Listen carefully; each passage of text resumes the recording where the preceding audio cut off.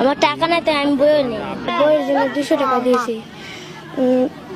বই টাকা না দিলে বই দিবে না, টাকা না দিলে বই পাবো না। আমি বই নেওয়ার জন্য 200 টাকা দিয়েছি। সেটা 200 টাকা লিছে, ওই দুতলার থেকে লিছে, নিয়ে তারপর নিচে আসে পরে বই দিছে আমাকে। আমার টাকা চাইছিল, 100 টাকা বের করে আমি দিলাম। তারপর করছে না 100 টাকা নিব না।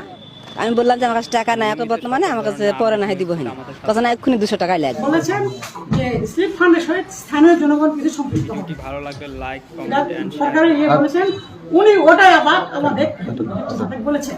আমি এই পরিপ্রেক্ষিতে আমাদের মা সংস্কৃত হয়, তো আমার একটু স্যার মিজানুর স্যারকে বলেছেন, স্যার আমাদের মাসিক মিটিংয়ে স্যার বললেন স্থানীয় জনগণ সম্পৃক্ত হবে, তাহলে আমি কি আমাদের মায়েদের কাছ থেকে মাসে করে কিছু অনুদান নিতে পারি? তো উনি বলে হ্যাঁ পারি।